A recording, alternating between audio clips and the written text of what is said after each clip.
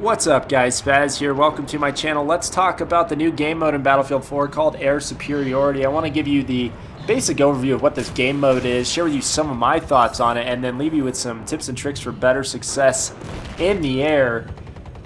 In Battlefield 3, they actually introduced this game mode called Air Superiority, and now it's back in Battlefield 4 with the introduction of the China Rising DLC. Essentially what it is, it's like domination, but rather than running around capping flags, you're going to be flying an aircraft capturing air balloon points. You hear me right? You're capturing air balloon points.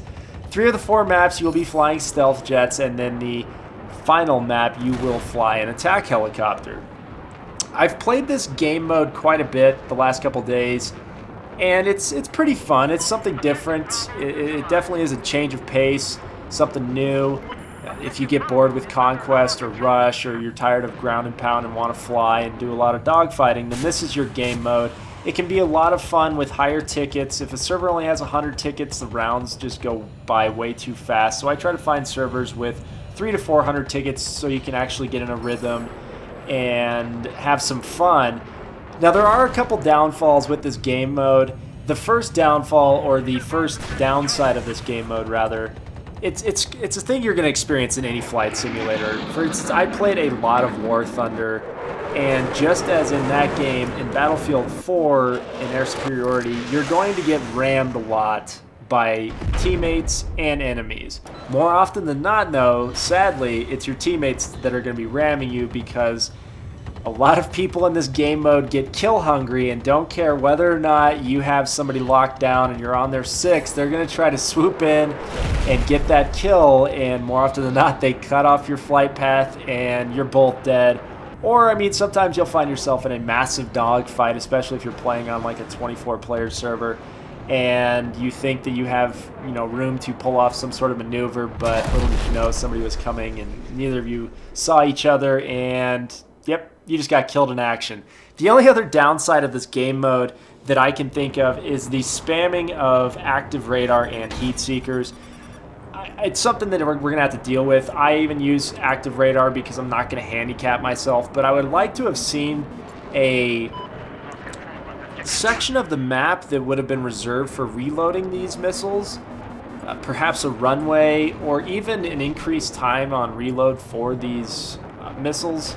I think it would just added a little bit better gameplay rather than a lot of people that just join up and spam their heat seekers or active radar. But not too bad overall. It's something you just got to be patient with and get over if it does start bugging you. I've been raging about active radar and heat seekers quite a bit, but I've learned to just kind of accept it for what it is and try to adjust my gameplay style to where I'm not going to get constantly destroyed by them. So let's go ahead and move on to some tips and tricks, and let's start by taking a look at your controls.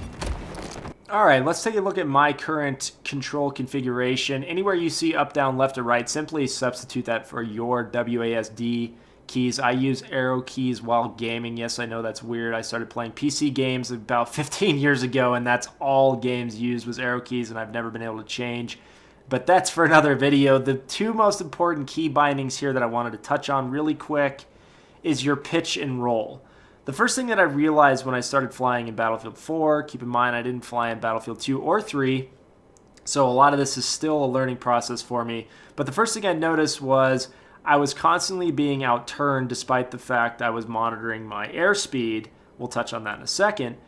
And it was because I was using my mouse to pitch up and pitch down, and that's very inconsistent. Even if you have a high mouse sensitivity, you're going to constantly be moving your mouse around trying to scroll and scroll and scroll. So I realized I had to bind this to a key.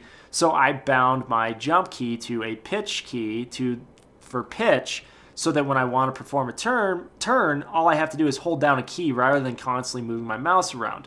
Now I also switched out roll from my left and right keys to where I move my mouse left and right to roll. And then I left my left and right key bindings for yaw.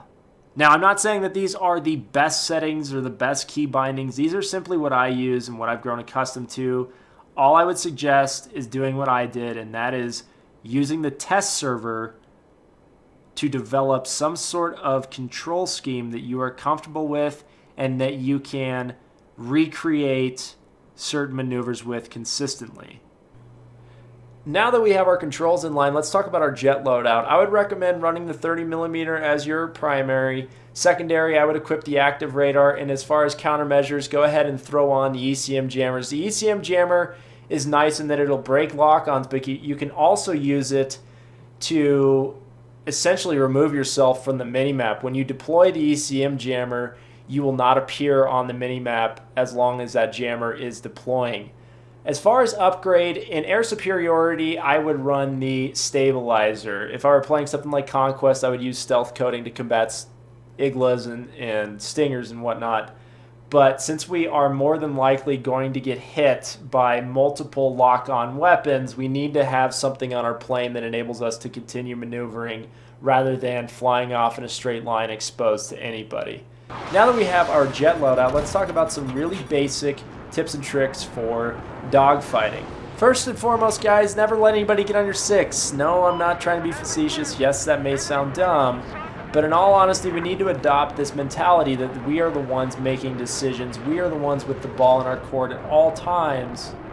So we need to really practice when it is a good time to engage and when it's a bad time to engage. If you see yourself heading in an area of a map that has 3 bogeys and no friendlies, well, turn around. If you see a fur ball developing around you, get out of it.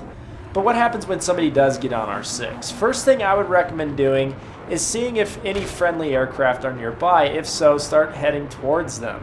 If the pilot chasing you is smart, he's going to peel off. If not, hopefully your friends can help you out. If that doesn't work, you can always use your terrain to your advantage. Turn around mountains, turn around the cap points, fly low into valleys, be unpredictable, use your surroundings to your advantage.